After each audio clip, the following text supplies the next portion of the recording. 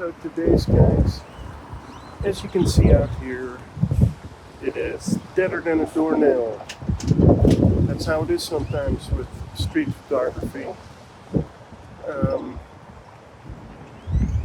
Yeah, it's Thursday, so I thought it was going to be just a bit busier than this. It did just rain, but it's a beautiful day outside of that. But sometimes you're just not going to get any interesting photos, let alone any interesting moments. So I think for the sake of this episode, we're just going to go for some portraits. Portraiture. So we'll see how things go, if that is even possible.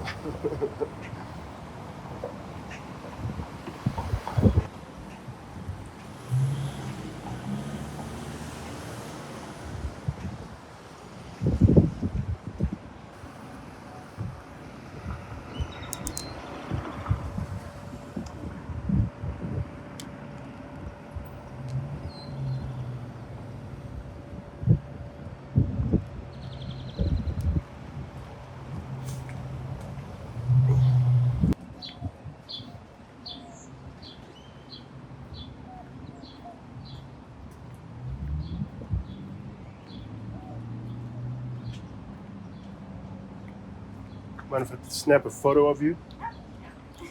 All right, just be yourself. You don't have to smile.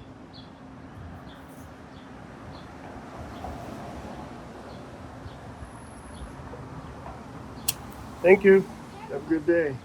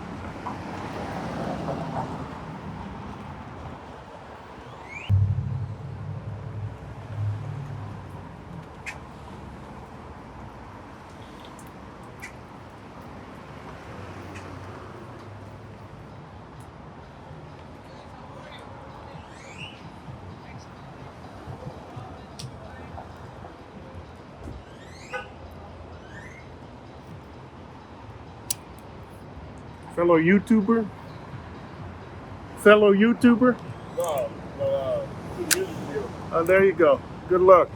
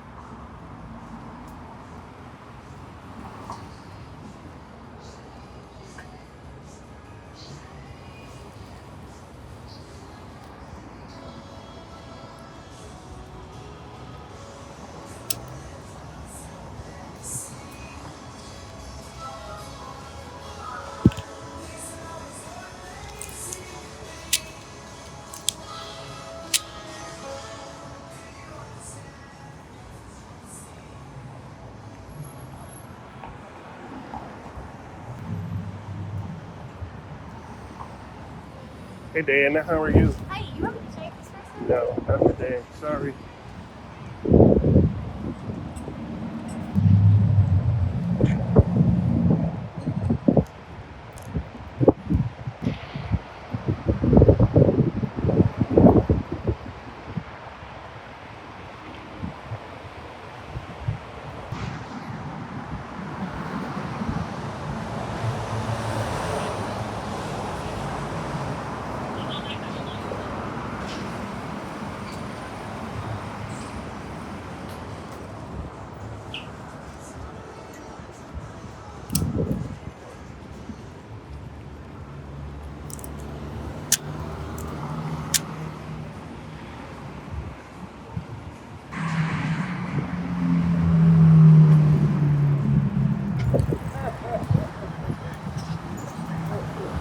No, stand still. Stop. Stop. Don't smile. Hold on. Don't smile.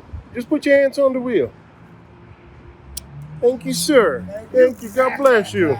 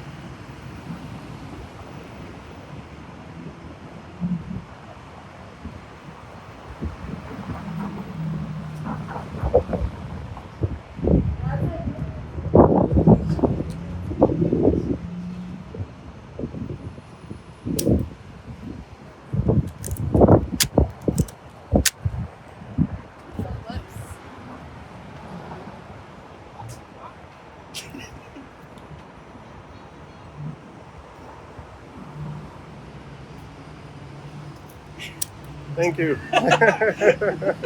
Thanks so much.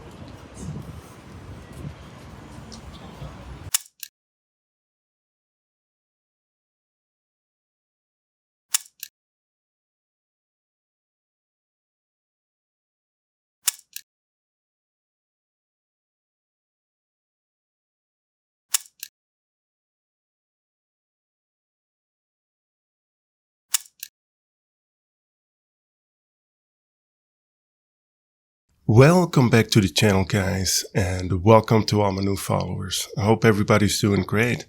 In this week's episode, I wanted to talk a little bit about adding flash out on the streets and to see what it would do for me practically and aesthetically. Aesthetically, I didn't want to go for something like, for instance, a Bruce Gilden where, somebody's completely like flashed out and in that way separated from its environment.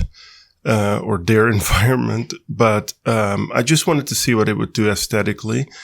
And yeah, I hope you enjoyed the sequence. I hope you enjoyed the photos. I also wanted to use the Vivitar 283 in order to, prove that it's definitely very practical, very capable, and very, current flash that you can use out on the streets. And let's talk about its practical application for a second. It definitely allowed me to shoot with just one aperture value. Either f4 or f5.6. I was able to choose on that day, and all the photos I shot at f5.6. It wasn't, the most sunny day. It was a little bit overcast, then the sun came out, then it was a little bit overcast again. But it allowed me to just focus on shooting and not have to worry about, I got to switch because I'm in the shade or I'm in the sun. So practically, I really did love it. Now, aesthetically, as you can see, it really does pop the colors. As you can see in this first photo here, and I'm going to look along on my iPad of this lady at twilight. I think she's the bartender, which is pretty neat. She allowed me to take a portrait of her. And you can see how those blues and that pinkish fuchsia sort of color, they really pop. So practically and aesthetically, I mean, it really makes your colors pop, which I really do like. If I didn't have the flash, I probably wouldn't have been able to even take the photo here because it would have been too dark.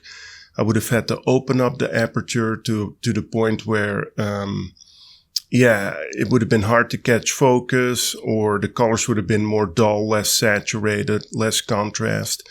So having said that, I really do like adding flash even during daylight situations. You can also see it in this photo of this gentleman, if my tablet wants to cooperate here,